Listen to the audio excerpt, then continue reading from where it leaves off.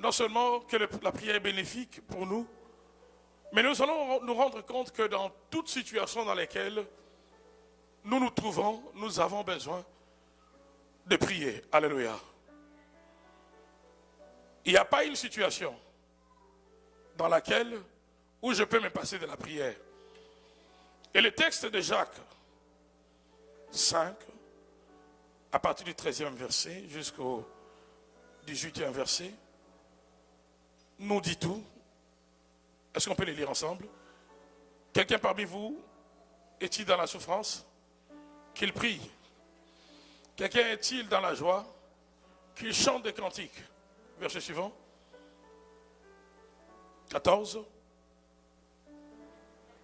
Quelqu'un parmi vous est-il malade? Qu'il appelle les anciens de l'église et que les anciens prient pour lui en lui ayant d'huile au nom du Seigneur. Verset 5 et 15. La prière de la foi sauvera le malade. Et le Seigneur le relèvera s'il a commis de péché, il lui sera pardonné. Continuons 16. Confessez donc vos péchés les uns aux autres et priez les uns pour les autres, afin que vous soyez guéris.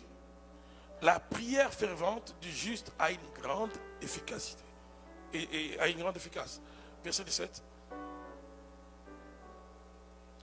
Élie était un homme, allons-y, de la même nature que nous. Il pria avec instance pour qu'il ne plût point. Il ne tomba point de pluie sur la terre pendant 3 ans et 6 mois. Verset 18. Puis il pria de nouveau et le ciel donna de la pluie et la terre produisit son fruit. On dit de Jacques, c'est lui qui a écrit ce texte, cet épître, qu'il était lui-même un homme de prière. Et d'ailleurs, en essayant d'analyser les quelques lignes de ces quelques versets de Jacques 5, du 13e au 18e verset, nous nous rendons compte que nous avons affaire à quelqu'un qui connaît la prière. Parce que Jacques, qu'est-ce qu'il fait dans cette portion des Écritures que nous venons de lire? Il est en train de placer la prière dans tous les aspects de la vie de l'homme. Si pas du chrétien. Il dit, quelqu'un parmi vous est-il dans la souffrance?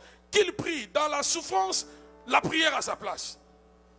Quelqu'un est-il dans la joie? Qu'il chante des cantiques. Là encore, c'est un type de prière. Dans la joie, la prière à sa place. Quelqu'un parmi vous est-il malade?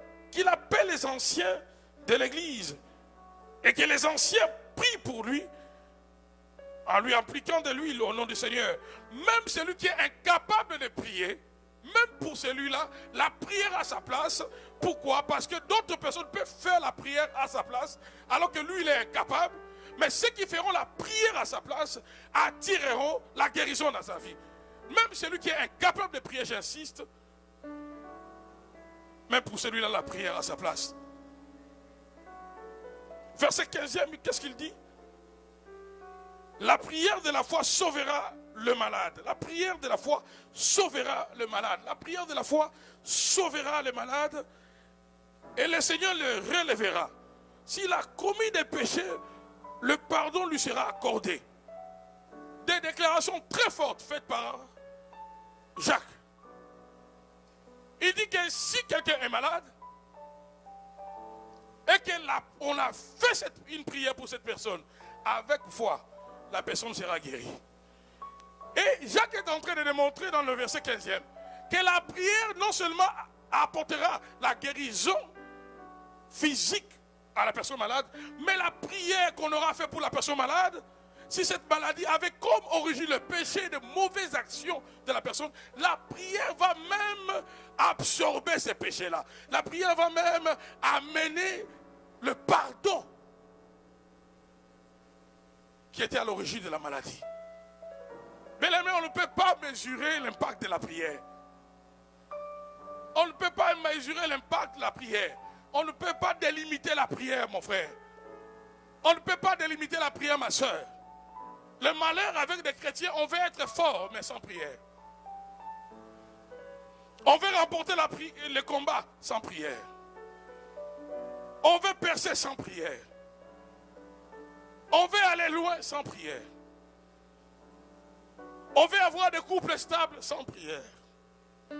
avoir un travail stable sans prière. La prière est plus occasionnelle dans la vie des chrétiens plutôt qu'un style de vie. Normalement, si les chrétiens comprenaient l'impact de la prière, la puissance de la prière, mon frère, nous allons prier, prier et prier encore.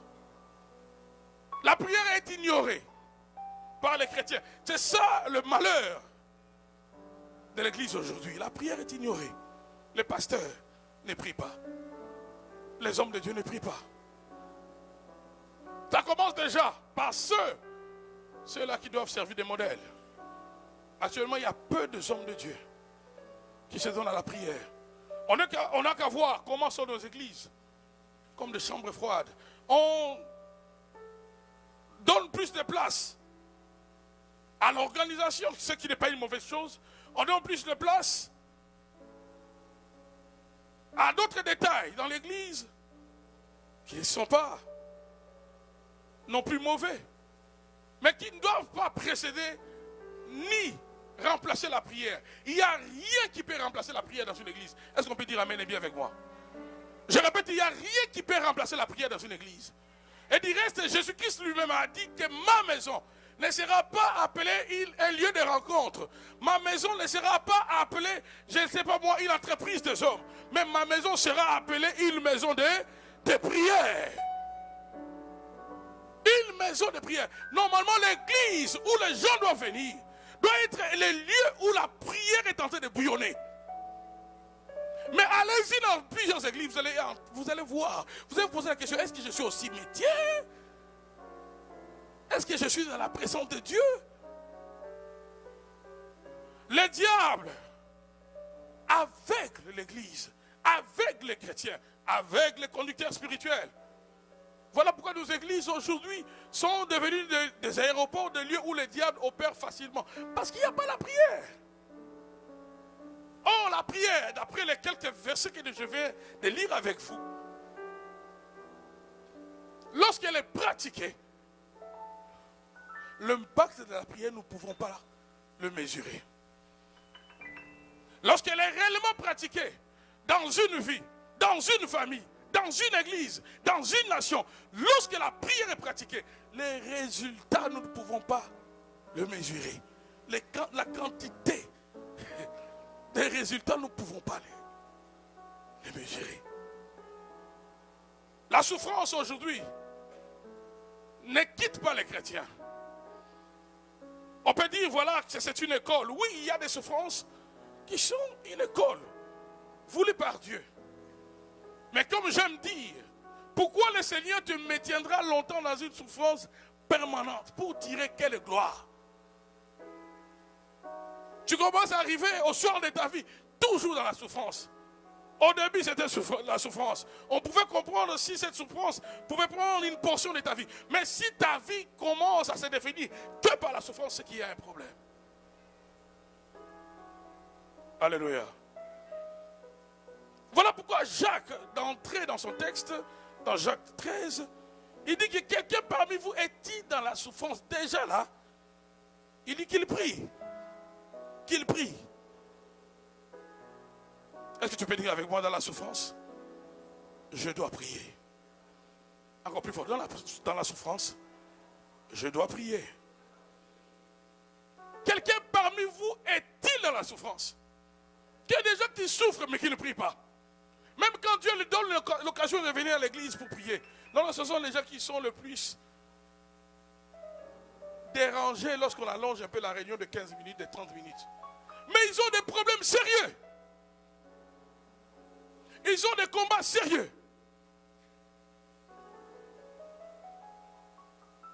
C'est une tragédie, bien aimée dans le Seigneur. C'est une tragédie pour l'église. C'est une tragédie. Nous avons une arme que Dieu nous a donnée. Une arme qui peut poser beaucoup de problèmes aux ennemis de ta vie et de ta destinée. Une arme qui peut, si tu l'utilises bien, changer les situations de ta vie dans toutes ces dimensions. Mais nous ne l'utilisons pas. Nous en voyons comme un instrument passe-partout que nous pouvons utiliser dans tous les aspects de nos vies, mais que nous refusons d'utiliser. Et nous souffrons, nous demandons à Dieu de faire notre part. Il y a des choses que j'aimerais te dire ce soir que Dieu ne fera jamais pour toi. des choses que Dieu ne fera jamais à ta place. Combien des enseignements sur la prière nous avons écoutés? Combien des enseignements sur la prière as-tu écouté? Nos blogs sont remplis des déclarations sur la prière. Sur Facebook actuellement, dans les réseaux sociaux, regardez tous les chrétiens publient des pensées sur la prière. Mais combien pratiquent la prière? Combien prient réellement? Qui a prié avant de venir ici? Qui a prié ce matin? Qui a prié à midi? Si on posait la question, qui n'a donné à Dieu qu'une minute aujourd'hui? Vous allez voir si on est sincère dans cet auditoire. Même pas la moitié ont prié. Je sais ce que je dis. Mais avec ça, nous voulons être des gens prospères. Avec ça, nous voulons avancer. Je vais avancer dans ma vie. Avec ça, nous voulons que nos foyers soient stables. Avec ça, nous voulons que nos enfants soient bénis.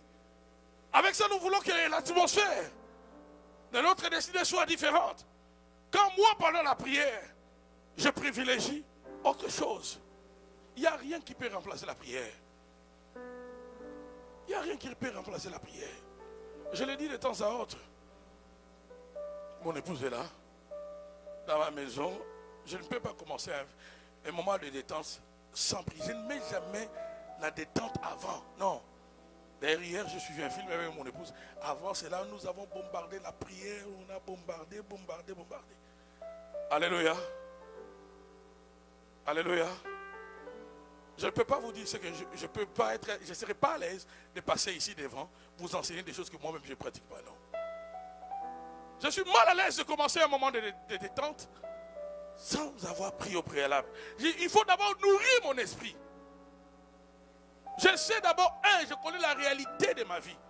Je sais que si je ne le fais pas, je m'ennuie à moi-même. Je sais que si je ne prie pas, j'expose ma famille dans un grand danger. Parce que j'entre dans beaucoup de combats. Depuis le début de la semaine, ici, on est en train de prier. On a prié pour plusieurs ici. J'entre dans beaucoup de combats d'abord. Je connais d'abord ce que le service que je rends m'attire comme combat. Je sais deuxièmement ce que déjà la prière a produit. Je vois les effets de la prière. Je suis les résultats des effets de la prière. Je connais la production de la prière. Je connais le fruit de la prière. Voilà pourquoi quand j'y pense, ça me motive encore de prier. De l'autre côté, je connais aussi la charge que j'ai. En tant qu'homme de Dieu, en tant que pasteur, je ne peux pas être à l'aise, ne pas dire un mot sur l'église, ne pas dire un mot sur les brebis du Seigneur, ne pas dire un mot, je ne serai pas à l'aise. Mon cœur ne serait pas à l'aise. Alléluia. Mais ma question ce soir, pour toi mon frère, ma soeur, es-tu à l'aise de passer une journée sans prière? Le matin tu sors rapidement, tu vas travailler. Comme si tu as la garantie d'aller et de rentrer. Combien sont-ils sortis sans avoir pris l'argent d'autrui, sans avoir touché à l'homme ou à la femme d'autrui, mais ils ne sont pas rentrés à la maison. S'ils sont rentrés, c'est dans un cercueil.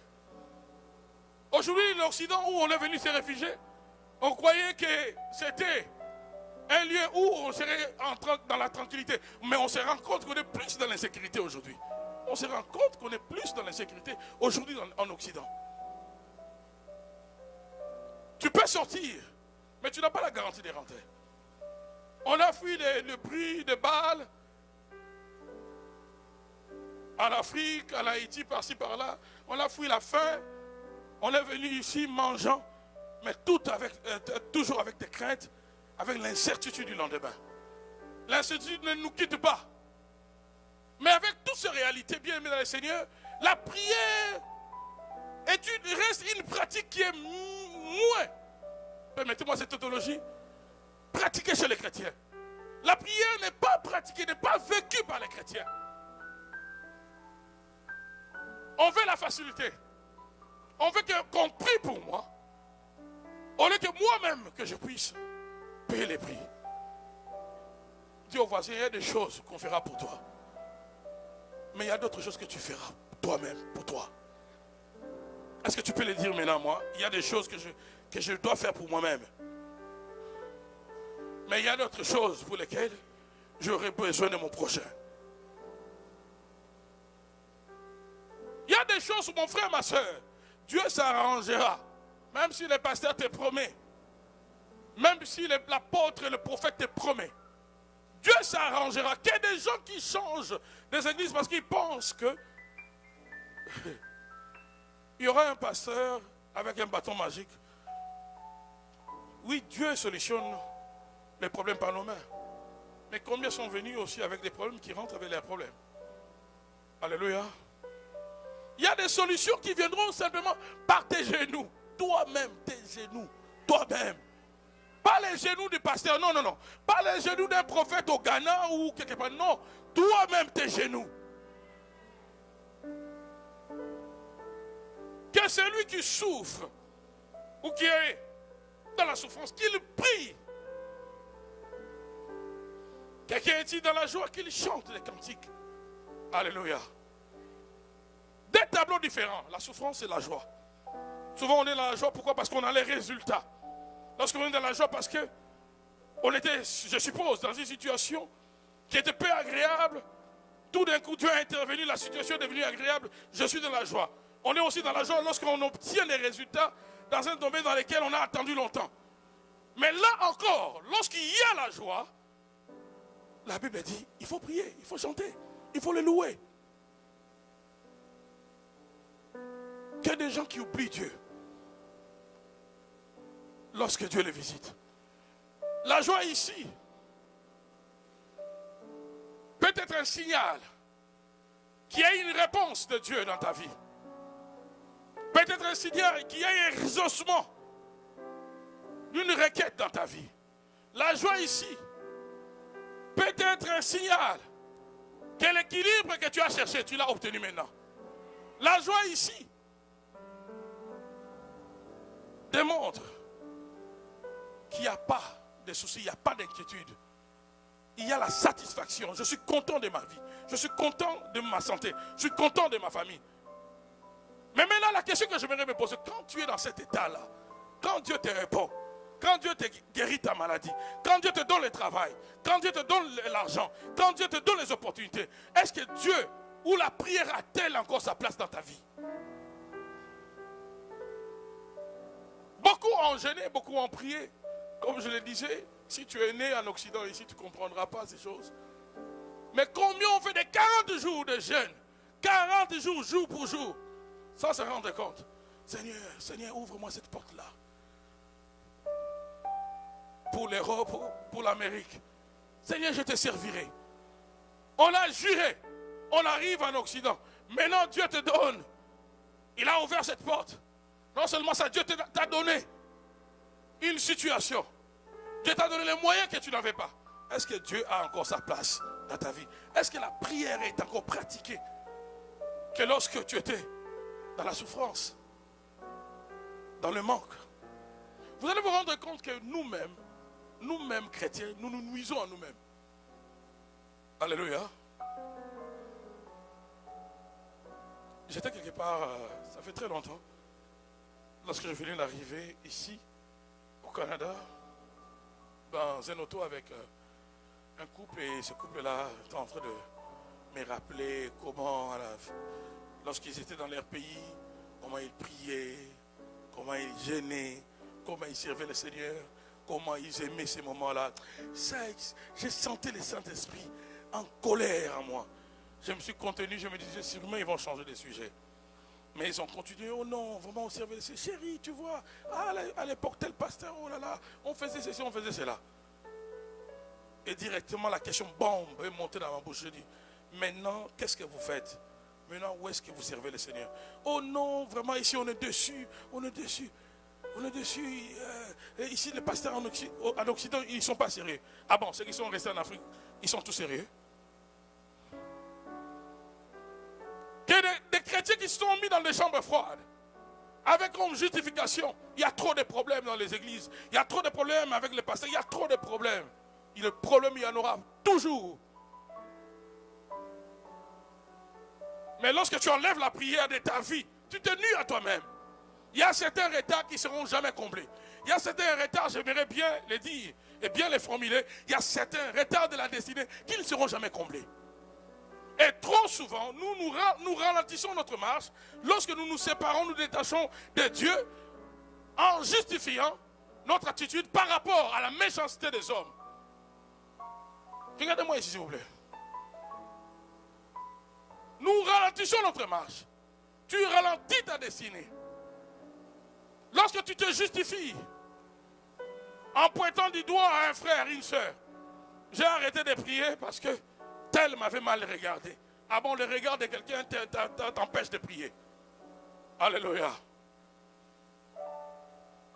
Quelqu'un a dit, les abus des uns ne justifient pas la négligence des autres.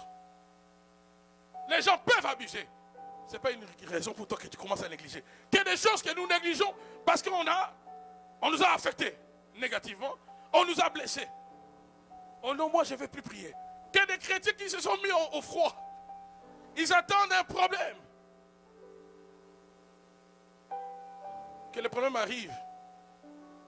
Comment on appelle la loi là où on va souvent aux funérailles là? Hein? Comment? Poirier, c'est quoi? Il y en a d'autres. On va seulement se croiser là-bas. Quand on est déjà dans la tombe, là maintenant on fait appel au pasteur pour que le pasteur dise comment le frère ou la soeur craignait Dieu. Et des fois on dit des choses, tu sens que ton cœur n'est... Oui, il craignait Dieu pendant un moment. Si on doit dire la vérité, la personne qui est là, dont l'esprit est déjà auprès du Seigneur, craignait Dieu pendant un moment. Dans certains deuils, on doit dire la vérité. Ce sont de telles phrases qu'on doit formuler.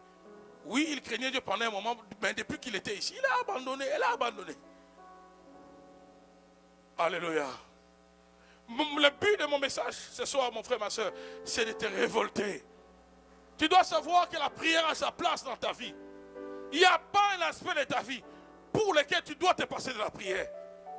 Dans la joie, prie le Seigneur, chante au moins, adore-les, loue-les.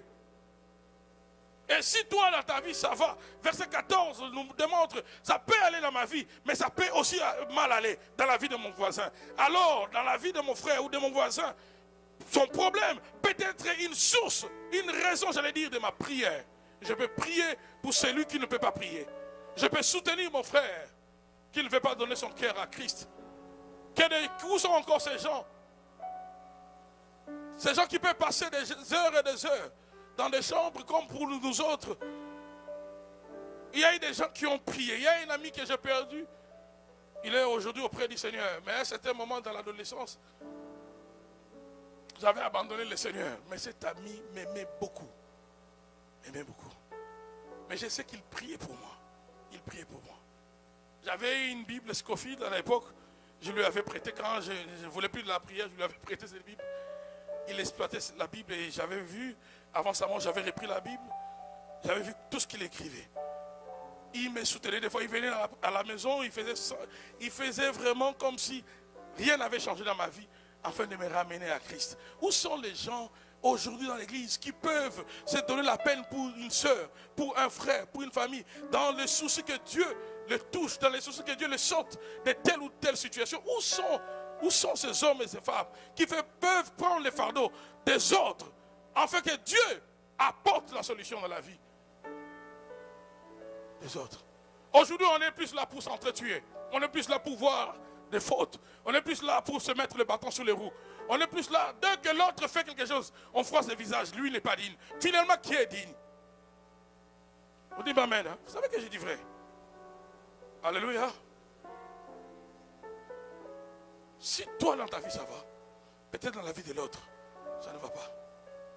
Et son problème peut être une raison pour laquelle tu dois te donner à la prière. La prière de la foi sauvera le malade.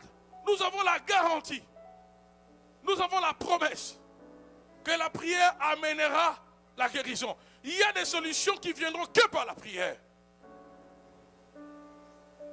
Il y a des percées qui ne seront des résultats que de la prière. Il y a des maladies qui ne partiront parce que seulement tu as prié. Il y a des portes qui s'ouvriront seulement parce que tu as prié. Aussi longtemps que tu ne pries pas, cette porte restera fermée. Et Jacques, il va nous donner un exemple d'un homme naturel qui avait une tête, pas deux têtes, qui avait 2 bras, pas 4 bras, du nom d'Élie. Il va dire qu'Élie était un homme de la même nature que nous. Verset 17, Jacques 5. Ici, Jacques, qu'est-ce qu'il est en train de faire? Jacques démontre jusqu'à quel point un seul homme, mais qui sait pratiquer la prière, peut influencer toute une nation, peut influencer même les réalités naturelles. La prière peut influencer les réalités naturelles, comme la pluie, la prière. Jacques démontre qu'un homme peut fermer la pluie pour toute une nation, par sa prière.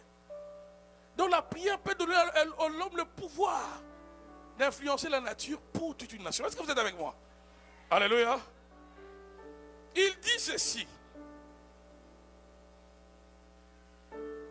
Élie était un homme de la même nature que nous. Souvenez-vous lorsque Jésus a posé la question aux disciples, qu'est-ce que les gens disent de moi? Certains disciples ont dit de toi que tu es Jérémie le prophète. D'autres ont dit tu es le prophète Élie. Élie était souvent considéré comme un homme surnaturel chez les Hébreux. Ceux qui lisent la Bible vont se souvenir lorsque Akab a envoyé les soldats appeler Élie. Élie a dit aux soldats, allez dire au roi que je viens. Les soldats ont dit, lorsqu'on ira appeler, dire cela à notre roi, l'Esprit de l'Éternel te prendra, te transportera à un autre endroit. Parce que Élie, au fait, il jouissait d'un privilège du Saint-Esprit à une autre dimension aussi. Alléluia. De telle sorte qu'on croyait qu'il n'était pas naturel. Et du reste, lorsqu'on commence le texte dont on parle d'Élie, on a moins de détails sur ses origines. On ne nous dit pas qui était réellement son père, même si on nous donne tout son nom. On ne nous dit pas dans quelle famille il a vécu, c'est un homme de combien. La Bible se tue par rapport aux origines d'Élie. Alors chez les Hébreux, chez les Juifs, Élie était un homme surnaturel. Et curieusement, Élie fait partie de ces deux-là qui, avec Moïse, à la montagne de transfiguration, sont apparus auprès de Christ. Alléluia. Mais Jacques ramène Élie au niveau naturel. Jacques est en train de dire ici, si cet homme-là, malgré les surnaturels que le Saint-Esprit opérait au travers de lui, de son vivant, malgré tout ce que le Saint-Esprit avait fait avec lui, si Élie a pu fermer le ciel pendant plus de 3 ans, c'est parce qu'il avait prié. Est-ce que tu peux dire amen et bien avec moi? Il n'a pas fait autre chose que la prière. La prière d'Élie a permis que la nature lui obéisse. Combien de problèmes peuvent t'obéir si tu sais prier? Tu commences à prier. Si la nature peut obéir, combien de cœurs tu peux changer par la prière? Qu'il y a des gens qui se plaignent du comportement de leurs enfants, qu'il y a des gens qui se plaignent du comportement de leurs femmes, qu'il y a des chrétiens qui se plaignent du comportement de leur mari. Mais combien de cœurs tu peux changer? Si la prière peut influencer la nature, mais les cœurs là où Dieu réside, combien de cœurs tu peux changer par la prière? Tu peux sauver ta fille par la prière. Je vais dire à quelqu'un, tu peux sauver ton garçon par la prière. Je vais dire à quelqu'un, tu peux sauver ton mari par la prière. Tu peux sauver ta femme par la prière. Par la prière, tu peux changer le cœur. Par la prière, tu as un pouvoir que tu ne peux pas mesurer. Par la prière, tu as une autorité que tu ne peux pas mesurer. La prière te donne une marge de manœuvre élevée. La prière te permet de faire ce que tu ne peux pas faire naturellement. La prière t'amène à une dimension élevée. Si la nature peut obéir à quelqu'un qui prie, mais dis-moi quelle situation peut résister à la prière. Mais pourquoi tu ne pries pas? Élie a pu fermer le ciel. Dieu l'a écouté parce qu'il a prié. Le même Élie va prier à nouveau. Il va demander à Dieu de donner la pluie. Dieu au ciel encore donne la pluie. Donc la nature, on peut manipuler la nature comme ça avec la prière. Oui, la prière, la puissance de la prière, vous ne pouvez pas la mesurer. Demandez aux démons, demandez aux sorciers. Ils connaissent la force de frappe de la prière. Voilà pourquoi ils t'empêchent de prier. Nos ennemis connaissent ce qui fait notre force. Nous-mêmes, nous ignorons. Voilà pourquoi ils vont souvent te donner des cadeaux empoisonnés. Ils vont trouver toutes sortes de distractions, d'occupations, pour que tu puisses te justifier ton absence dans la présence de Dieu. Mais entre-temps, eux prennent l'ascendant sur toi. Non, bien aimé dans le Seigneur, l'heure est au retour de la prière. L'heure est venue où nous devons nous lever dans la prière. Il n'y a pas de réveil sans prière, non. Tu veux les réveils spirituels dans ta vie, tu veux les réveils spirituels dans ta famille, tu veux les réveils spirituels dans une nation, dans une église, il faut que les hommes et les femmes prient. Sans prière, bien aimé dans le Seigneur, il n'y a pas de surnaturel. Sans prière, on n'a aucune autorité. Ni face aux problèmes qui arrivent dans nos vies, ni face à l'ennemi qui se place sur ta destinée. Mais la prière te donne de la hauteur. La prière t'élève au-dessus de la nature. La prière t'élève au-dessus des esprits. La prière te donne la hauteur qu'aucun démon, aucun sorcier ne peut mesurer. La prière te donne cette hauteur-là. Le psaume 27 le dit clairement. Balancez-moi le psaume 27. Psaume 27.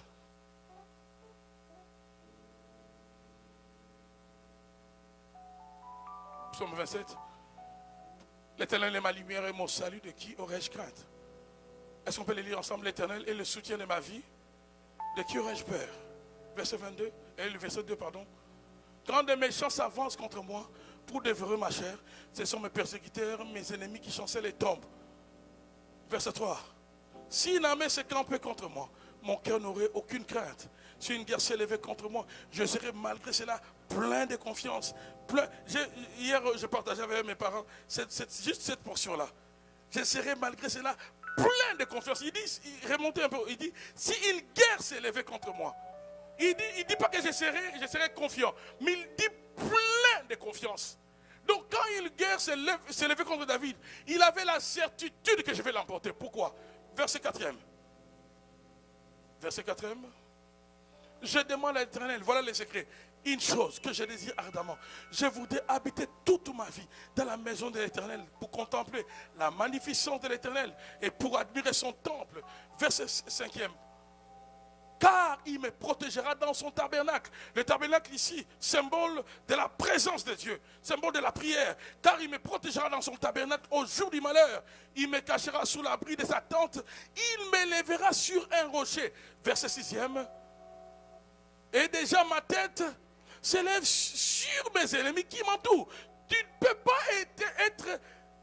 prendre de l'ascendance, à prendre de la hauteur sur tes ennemis si tu ne pries pas. Voilà pourquoi tout le temps ils vont t'étrangler. Tu es chrétien mais on t'étrangle chaque nuit. Tu es chrétien mais les visitations là. Quelqu'un qui me disait quelque part, parce que moi d'ailleurs je suis fatigué. Je suis fatigué. Ces femmes de nuit là viennent, ça c'était un frère, quand même c'était un peu bizarre. Ils viennent, pasteur, des fois. Je commence seulement à dormir. Elles sont là. Je dis, non pas elle est là, mais elles sont. Je dis, mon frère, tu pries combien de temps? Combien de heures tu donnes à la prière? Là, il avale la salive. Non, il n'avale pas la salive. Mon frère, tu pries combien de temps? Comment tu veux que ces êtres-là, diaboliques, ces femmes-là, diaboliques, s'arrêtent de te visiter la nuit? Tu donnes à Dieu 2 minutes de prière micro-ondes, alors que ces esprits-là, ils ont fait de toi la raison d'exister. Il y a des gens qui ne comprennent pas. Il y a certains esprits, ils ont fait de toi la raison d'exister. Donc pour eux, aussi longtemps que toi tu seras sur la terre, elles ne te laisseront jamais tranquilles. Mais qu'il y a des chrétiens qui ignorent que la prière peut les élever, peut leur donner de la hauteur. Dis avec moi, Seigneur, aide-moi à découvrir le secret de la prière. Est-ce que tu peux le dire fort avec conviction? Seigneur, aide-moi à découvrir le secret de la prière. Il n'y a aucune sorcellerie, il n'y a aucun démon, aucun magicien qui peut lever sa main sur toi, ni sur ta famille, ni sur tes enfants, si tu es un homme de prière. la solution par rapport aux problèmes qui sont avant toi, qui t'ont précédé. La prière apporte la solution par rapport aux problèmes qui sont présents dans ta vie. La prière affecte même l'avenir.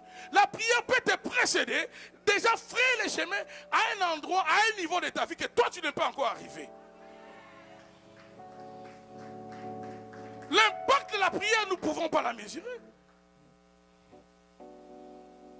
La prière affecte le passé. La prière touche le présent. La prière va dans l'avenir.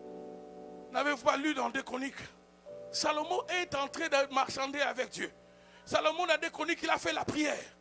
2 Chroniques 7, je pense. Il dit à Dieu, si plus tard, ton peuple désobéit et que tu l'amènes en captivité, si de l'endroit où ils seront, s'ils prient en direction du temple, souviens-toi de ton peuple. Viens, libère ton peuple, guéris ton peuple, ramène-les. Il a fait une prière pour des situations que lui n'allait pas vivre. Plus tard, Daniel va bénéficier de la prière de Salomon. Lorsque Daniel, dans le royaume perse où il était, on va décréter par le roi, sous l'influence des autres satrapes qui en voulaient en Daniel, parce que la Bible dit qu'il avait l'esprit supérieur. On va interdire la prière. La Bible dit le même jour, déjà Daniel avait un régime de prière, il priait 3 fois. Et le même dès qu'il a appris qu'un décret a été signé, qu'aucun homme ne va adresser la prière à un autre Dieu que celui des Babyloniens. Daniel est allé, la Bible dit, il alla dans sa chambre et il tourna en direction de Jérusalem. Mais pourquoi il a tourné en direction de Jérusalem? Parce qu'il y avait une prière qui a été faite par Salomon. Salomon avait déjà tout arrangé pour Daniel. Salomon déjà avait tout. Donc dans la prière, tu peux arranger pour tes enfants, pour les enfants de tes enfants. Je dis même à certaines sœurs, tu n'as pas encore accouché. Commence à prier pour tes garçons. Commence à prier pour tes filles. Seigneur, la fille que tu vas me donner. Seigneur, les garçons que tu vas me donner. J'aimerais qu'ils soient intelligents. J'aimerais qu'ils soient obéissants. Seigneur, tu peux commencer déjà à préparer l'avenir de quelqu'un avant même que la personne vienne par la prière. La prière va dans l'avenir. La prière peut rentrer dans le passé. Oui, la prière rentre dans le passé. Elle me dit, démontre-moi ça. Je peux te démontrer cela. Le roi, toujours dans l'histoire de Daniel, a rêvé. Il a eu un rêve, personne ne peut lui expliquer cela. Il appelle tous ces magiciens. Cherchez, balancez-moi les textes là, comme vous le faites là, dans le livre de Daniel. Le roi a un rêve, une vision. Il se rappelle simplement au matin que j'ai une vision. Il ne connaît plus les détails. Il demande à ces magiciens, à ces sorciers qui est autour de lui, dites-moi les rêves et donnez-moi l'explication. Les sorciers ont dit non, les magiciens ont dit, écoute, roi, sois quand même humain. On est des sorciers, on est des magiciens, oui. Mais on n'était pas là quand tu as rêvé. Dis-nous ne fût-ce que les rêves, mais nous on va chercher l'explication. Là tu nous apportes une équation à des inconnus.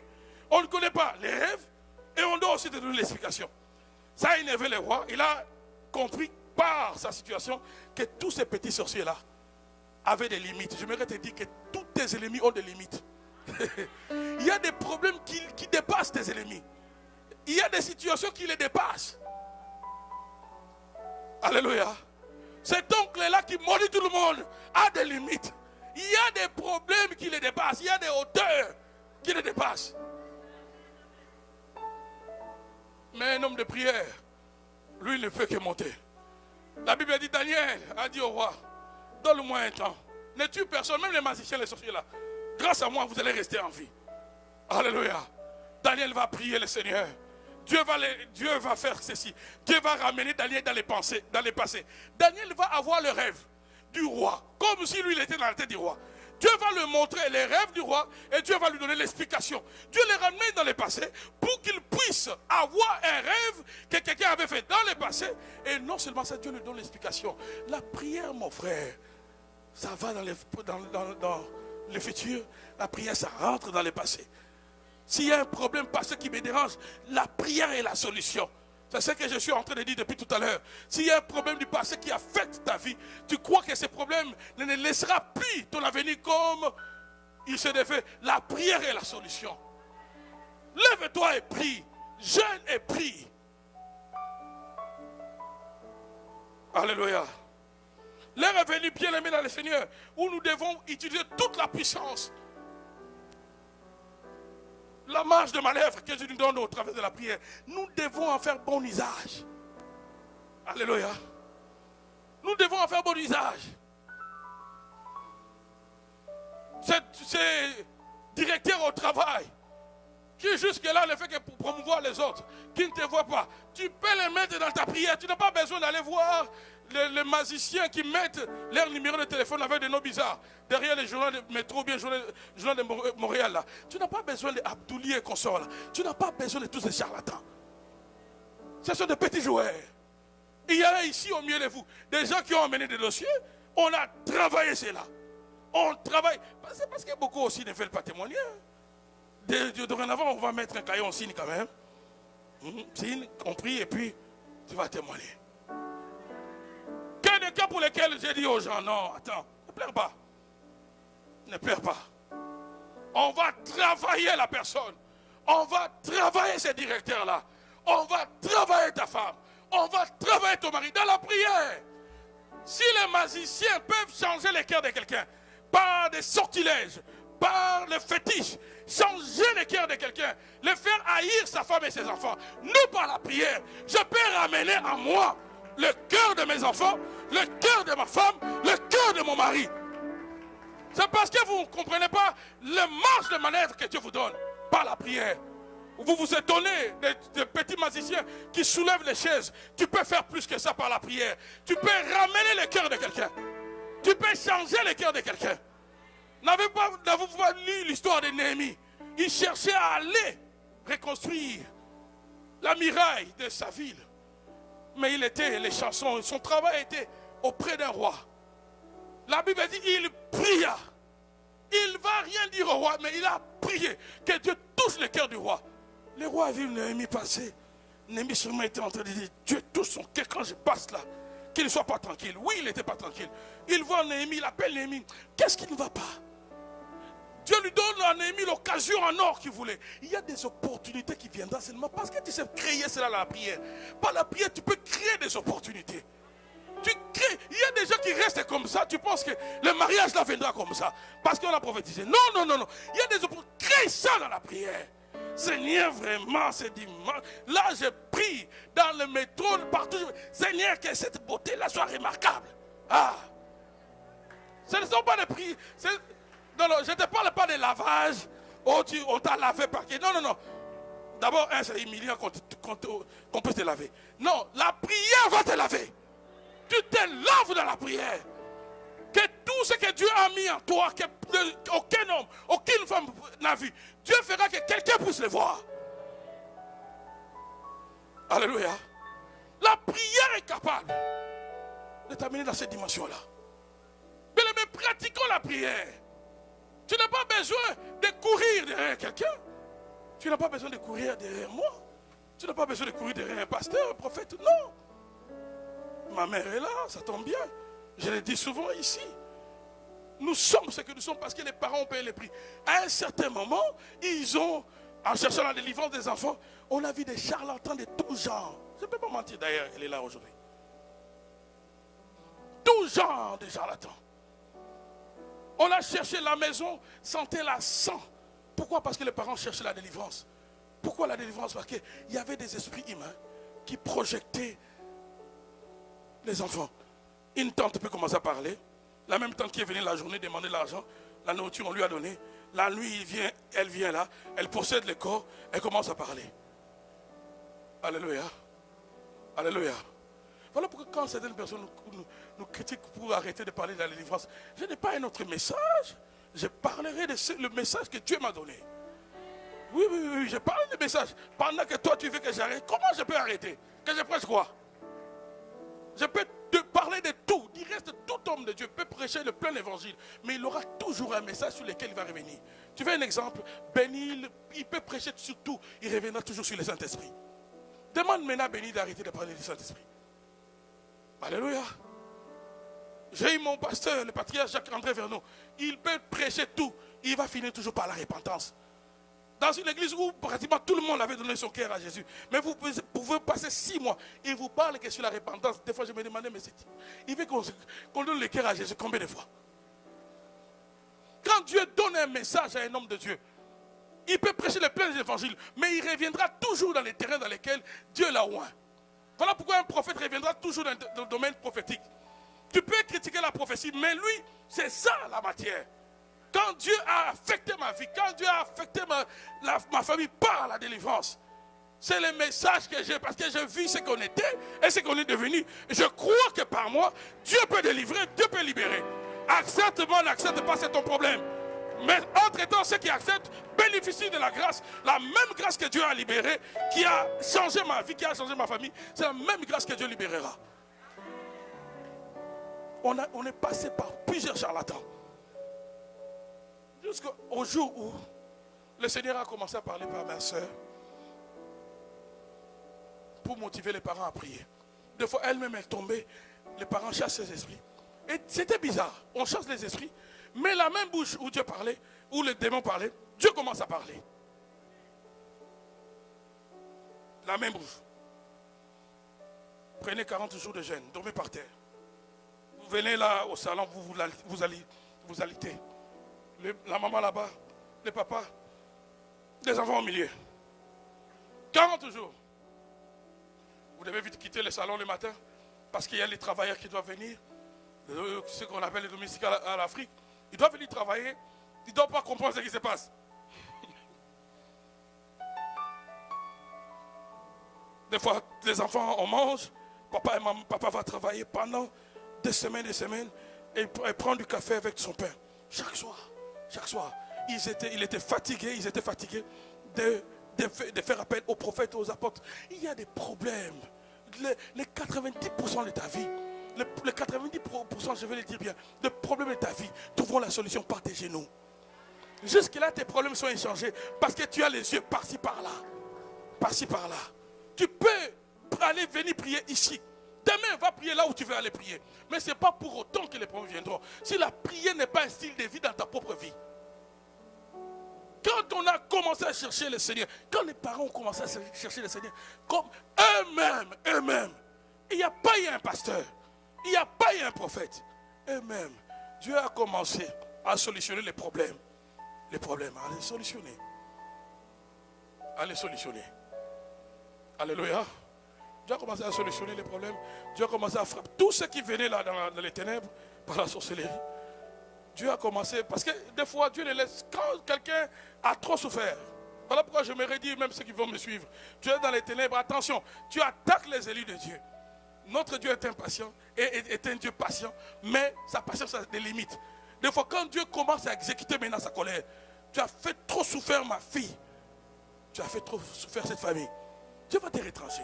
On a vu Dieu retrancher des gens.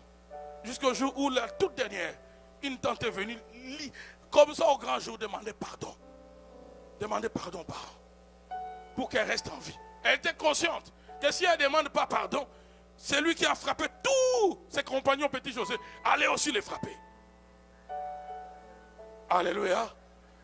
Mon frère, ma soeur, la prière te donne l'ascendance sur tes ennemis à une dimension que tu ne sais pas. Si le diable t'empêche de faire des prières, ton style de vie, c'est parce qu'il connaît l'impact. Parce que Satan connaît l'impact. Nous ne pouvons pas, bien aimer dans le Seigneur, rester dans des situations. Nous voici déjà. Nous avons franchi plus de la moitié de cette année. Les problèmes que tu avais restent les mêmes. La situation dans laquelle tu étais l'année passée est la même situation. Si c'est les enfants, c'est encore les enfants qui sont les problèmes.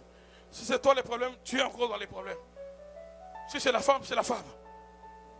Les problèmes ne bougent pas. Et tu ne peux pas dire, merci ma soeur, tu ne peux pas dire que moi, j'attendrai que le pasteur, le jour où il sera plus loin. Non, le Dieu qui peut écouter les pasteurs, c'est le Dieu qui peut m'écouter. Ézéchias, c'est un roi. On vient lui annoncer chez un prophète un arrêté divin. Tu vas mourir. Prépare-toi, tu vas mourir. Une décision divine, j'allais dire. Tu vas mourir. Ézéchias n'a pas dit au prophète Ésaïe, prie pour moi. Non. Il y a des gens qui ne comprennent pas que Dieu écoute la prière. Ézéchias lui-même, combien de gens ici, des prophètes, ou bien si on leur dit, vous allez mourir, vont commencer déjà à pleurer. Mon frère, qu'il soit le plus grand des prophètes, s'il libère une parole sur toi, tu n'es pas en accord avec ça, va dans la prière. S'il est réellement de Dieu, c'est lui qui lui a donné ce message-là, peut les changer. Ézéchias est allé directement dans la prière, il a commencé à dire à Dieu, souviens-toi de moi, de ce que je fais. Voilà pourquoi quand on dit aux gens, posez aussi des actions. Les gens disent non, ils demandent l'argent. Non, non, il faut faire des choses qui doivent marquer Dieu. Je peux te dire ce que mes parents ont fait, avant de te dire ce que moi je fais. Beaucoup de hommes de Dieu, la maison de mon père était toujours une maison où les hommes de Dieu venaient manger. Ma mère est là. À un certain moment, les églises venaient passer la retraite chez mes parents. Donc les salons, il y avait deux salons. Il y avait un petit salon que les parents avaient laissé pour la famille. Les grands salons, c'était pour l'église. Toujours des retraites. Donc, tu vas à la salle de bain comme ça, des fois, il y a vraiment 10 personnes avant toi. Tu penses que tous ces sacrifices-là pour rien? Non, c'est un investissement spirituel. Les gens ne veulent pas qu'on dise ça. Les gens ne veulent pas qu'on dise aux gens, posez des actions. Il y a des actions qui parlent en notre faveur. Et c'est qu'est-ce qui a brandi ces actions. Seigneur, un peu comme pour le centenaire romain, la synagogue où tu viens prêcher, on a dit à Jésus, c'est lui qui a construit cette synagogue. Là c'était pour Jairus, mais pour Ézéchias, il a commencé à rappeler à Dieu ses œuvres.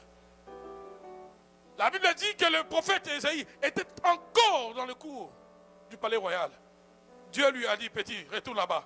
Je suis Dieu, ne me demande pas pourquoi, j'ai changé. La prière a fait son affaire. Donc même la prière ramène Dieu dans sa décision. La prière ramène Dieu dans une décision que Dieu avait déjà scellée parce qu'il a envoyé son messager le communiquer au destinataire. Une décision divine qui a été changée parce que, non pas un prophète, mais l'homme a prié. Ah. Si la prière peut faire que ce que Dieu a dit change, que Dieu révèle sur sa décision, combien de décisions tu attends des hommes? Des décisions que les hommes ont prises sur toi. Tu es là en train de pleurer. Non, travaille-les dans la prière. Travaille-les dans la prière. Alléluia. Travaille-les dans la prière. La prière, avant de finir, doit précéder tes décisions. Tes décisions doivent découler de la prière. Pourquoi beaucoup de gens échouent dans les choix? D'abord, laissez-moi dire une chose par rapport au choix. La vie est faite de choix. Et les conséquences que nous subissons de la vie n'est que le résultat des choix et des décisions de la vie. Mais vous allez voir combien de gens prennent à la légère le choix de leur vie. Combien de hommes prennent à la légère les choix de leur vie. Combien de femmes prennent à la légère. Je suis pasteur, nous écoutons cette phrase souvent au bureau. Pasteur, si je savais, je n'allais pas épouser cet homme-là. Si je savais vraiment, cette femme-là, je n'allais pas l'épouser. Si je savais. Tu peux éviter les six, je savais. Tu peux éviter cela. La prière doit venir avant les décisions. Combien de gens se laissent aller par les émotions? Tu vois un homme aujourd'hui, même pas il en est directement, c'est l'homme de ma vie. Ah bon? Mon frère, ma soeur, les liens de la destinée, on ne joue pas avec ça. On ne joue pas avec ça. Les liens de la destinée, l'homme avec lequel tu dois cheminer, ne joue pas avec ça. Ne joue pas avec ça. Dans Actes des Apôtres 13, on voulait choisir. Les apôtres étaient dans la prière et dans le jeûne. Des destinées ont été éclairées de Paul et Silas dans la prière et dans le jeûne. Alléluia. Ils étaient dans la prière et la Bible dit, si on peut balancer le texte là, Actes des Apôtres 13.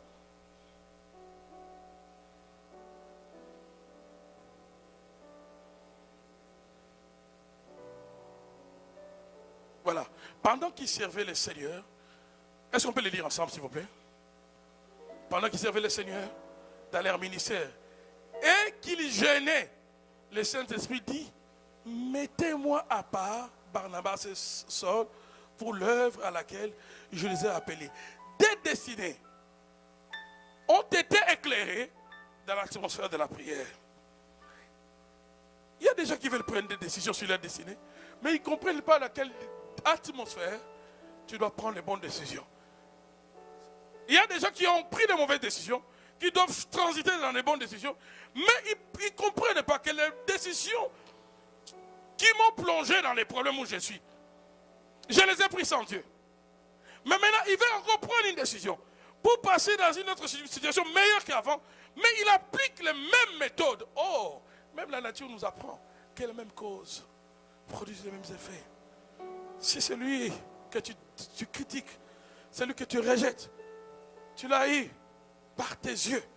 Comme Samuel, quand il est allé dans la maison du père de David, il a vu le frère de David à cause de sa taille. Il a failli le oindre.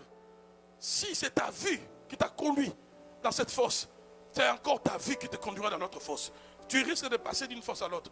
En fait, en matière d'échec, un échec ne te vaccine pas pour un problème dans lequel tu as échoué. Mais un échec dans un domaine, si on ne tire pas les leçons qu'il faut, peut nous enfoncer davantage dans la même situation. Et du reste, dans la nature, nous apprend, le monde le dit, qui a bu boira. Donc, je deviens plus vulnérable. Lorsque dans un domaine j'ai échoué, que je puisse encore échouer. Voilà pourquoi mon frère, ma soeur, mets la prière. Mets la prière. Des destinées ont été éclairées dans l'atmosphère de la prière et des jeûnes. Alléluia. Dans l'atmosphère de la prière et des jeûnes, des destinées ont été éclairées. Jésus lui-même, avant de choisir les disciples, la Bible dit dans le livre de Matthieu, ou dans les évangiles, la nuit qui a précédé la sélection, vous savez qu'est-ce qu'il a fait? La Bible dit il pria toute la nuit. Ah, Jésus, là je ne te parle pas de moi, je ne te parle pas de mon oncle, je te parle de Jésus. Il a prié toute la nuit pour choisir 12 personnes. Toi maintenant, l'homme de ta vie, la femme de ta vie, toi tu suis seulement les regards. Oh, il sourit bien. Il regarde bien. Alléluia. Il y a une tragédie qui a frappé ma communauté. Une de nos soeurs qui est allée dans un mariage avec un Indien quelque part. Vous avez vu ça dans les médias. Elle va finir comme la viande de bœuf, découpée en morceaux par son mari. Découpée, quand je vois des photos qu'on publie par-ci par-là, de l'homme et de la femme, on pouvait dire vraiment ils s'aimaient.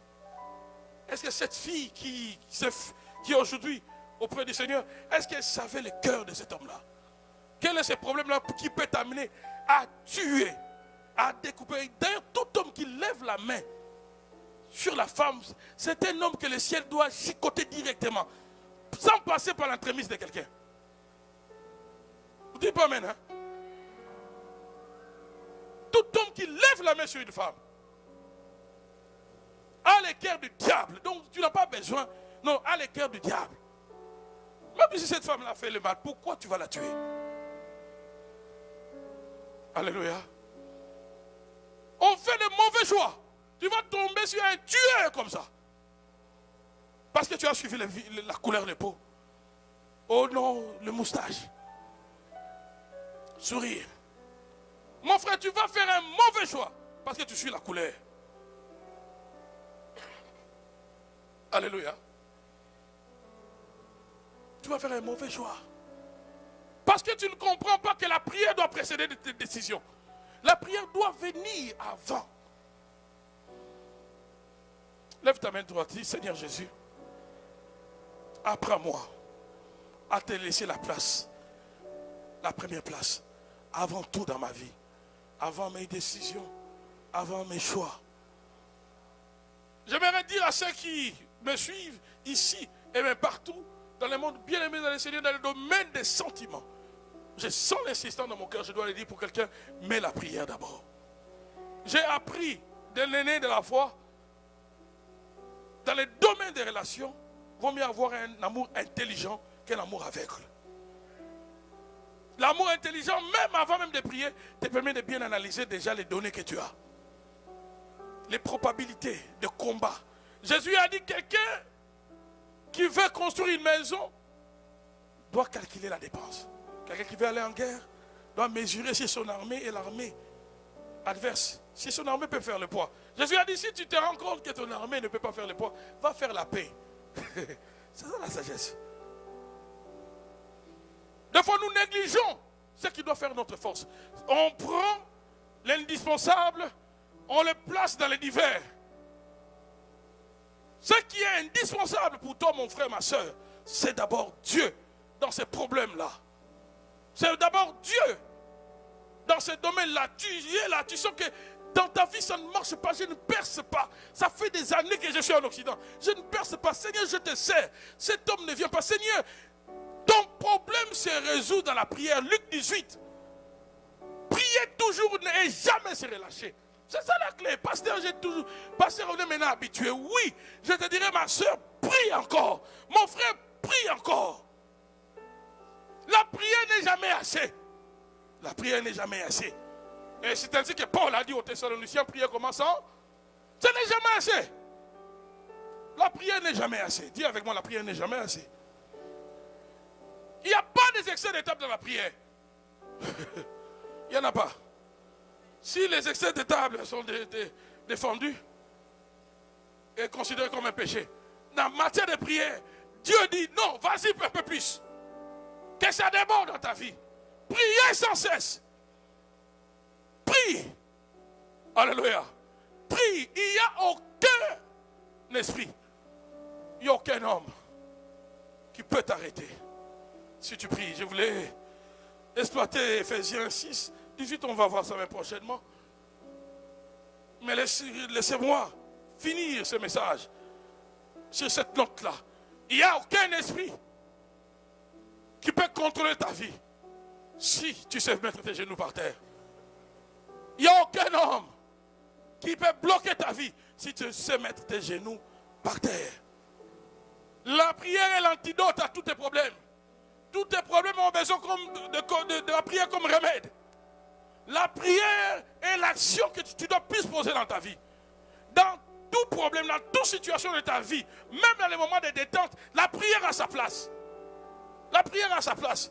Combien de fois on cherche des enfants, les enfants ne viennent pas. Des fois, même dans ces moments-là, priez d'abord. Dis pas amen, hein? Priez, cherchez Dieu. Que Dieu, le ciel, soit avec vous au moment-là. Oui. Vous ne voulez pas mettre Dieu en ce moment-là, mais vous voulez que Dieu soit là. Invitez Dieu même là. Alléluia. Ça ne marche pas, il y a maintenant des pannes. C'est l'homme. Mettez la prière. Alléluia. Mais la prière est le remède à tout. Dis avec moi, la prière est le remède à tout. Quand tu comprends les choses de cette façon, mon frère, ma soeur, tu vas vivre une vie victorieuse. Tu vas vivre et bénéficier de la marge de manœuvre que Dieu nous donne au travers de la prière. Est-ce qu'on peut se mettre debout, s'il vous plaît?